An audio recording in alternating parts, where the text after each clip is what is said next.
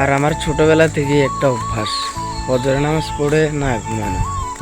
Guys, হাঁটতে হাঁটতে চলে তো আসলাম মসজিদের এই আপনার দরজা বন্ধ। Welcome back to my daily blog. আসসালামু আলাইকুম, সবাই কেমন আছেন? আশা করছি সকলে ভালো আছেন। আলহামদুলিল্লাহ, আল্লাহর রহমতে আমি অনেক ভালো আছি। তো আজকে ব্লগ করতেছি, এই ফজরের নামাজ পড়তে যাচ্ছি মসজিদে। এখনও আজান দেয় নাই, তো এই 15 মিনিট আগে যাচ্ছি। বাসা থেকে বের হতে দেরি হয়, তাই আগে চলে যাই। তো আমি একাই যাচ্ছি, আমার সাথে কেউ নেই। এই বড় ভাই একটারে ডাকছিলাম, তো উনি বলছে পরে আসবো, আমি যাইতে।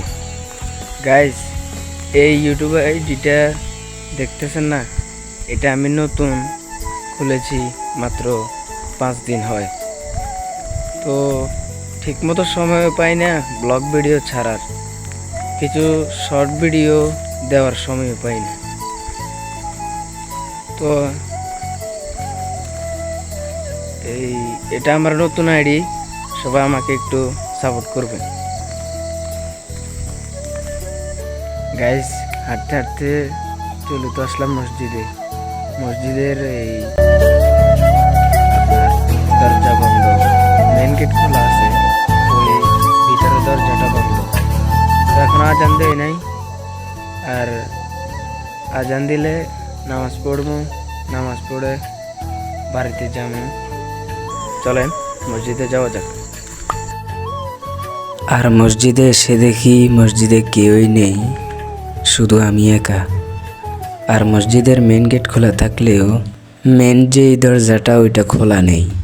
আর হুজুর এখনো আসে নাই, হুজুরের রুমে তালা মারা। আর আমার ছোটবেলা থেকেই একটা অভ্যাস, ফজরের নামাজ পড়ে না ঘুমানো। আপনি দেখবেন, ফজরের নামাজ পড়ে যদি আপনি ঘুমান, তাহলে আপনার দিনটা অলসতার ভিতরে কাটবে। তো তাই এই জন্য আমি ঘুমাই না, এই একটু হাঁটাহাঁটি করি। আর আজকে তো কেউ নেই, তাই হাঁটতে পারতেছি না। আর নয়তো মোবাইল টিপে সময়টা পার করে দিই। নয়তো যদি ঘুমাই, অলসতার ভিতরে কাটবে, শরীর খারাপ হবে, ভালো লাগে না, এটা আর কি। তো আর কি করব, অনেক অন্ধকার, নয়তো একটু আলো থাকলে হাঁটতে পারতাম। বাড়িতে যাব, মোবাইল টিপনি, আর কি, এটাই। তো চলেন বাড়িতে যাই। তো হাঁটতে হাঁটতে বাড়িতে চলে আসছি। এখন কি করব, মোবাইল টিপে সময়টা কাটিয়ে দিব। তো যদি আমার এই ভিডিওটা ভালো লাগে, ফটাফট লাইক, কমেন্ট অ্যান্ড সাবস্ক্রাইব করে দিবেন। আর তো ভিডিও এ পর্যন্তই, সবাই ভালো থাকবেন, সুস্থ থাকবেন।